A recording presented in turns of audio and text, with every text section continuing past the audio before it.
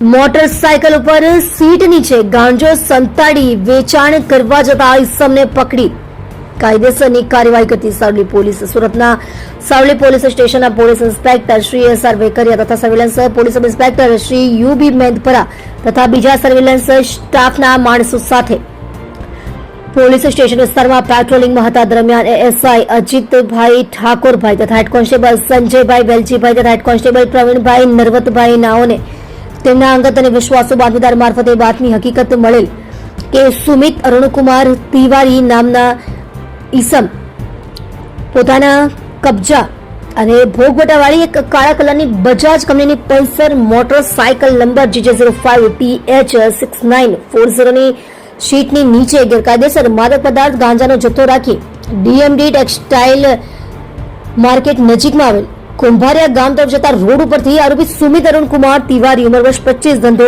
મજૂરી રહે ઘર નંબર 13 પહેલો માળ ઈશ્વર દર્શન સોસાયટી ધનુબેન મગનભાઈના મકાનમાં 52 ગાળાની બાજુમાં કુંભારિયા ગામ સારોલી સુરત મૂળ વતન ગામ ફતેહપુર પોસ્ટ હરદી થાના પારુ જિલ્લો મુઝફ્ફરપુર બિહાર નાઓને માદક પદાર્થ ગાંજો જેનું ચોખ્ખું વજન 206 ગ્રામ જેની કુલ કિંમત ₹10,300 ની મત્તાના મુદ્દામાલ સાથે ઝડપી પાડી. ઉપરોક્ત ગાંજાનો જથ્થો આપનાર રાજુ જેના પૂરા નામ સરનામાની ખબર નથી જેઓને વોન્ટેડ જાહેર કરી કાયદેસરની કાર્યવાહી કરેલ છે.